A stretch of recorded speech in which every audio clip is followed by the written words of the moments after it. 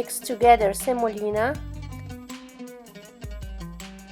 baking powder, yeast, salt, and water.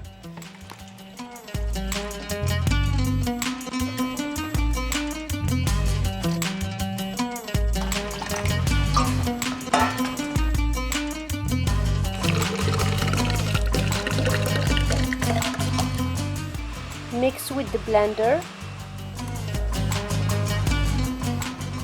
Let rest 1 hour.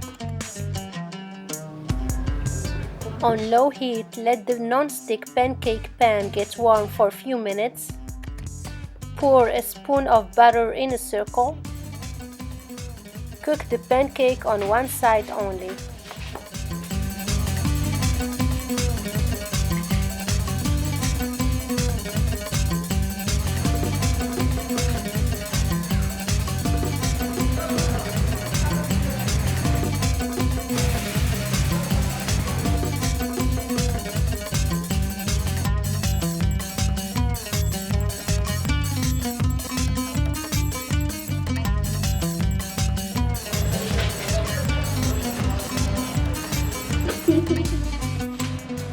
To serve with melted butter and honey.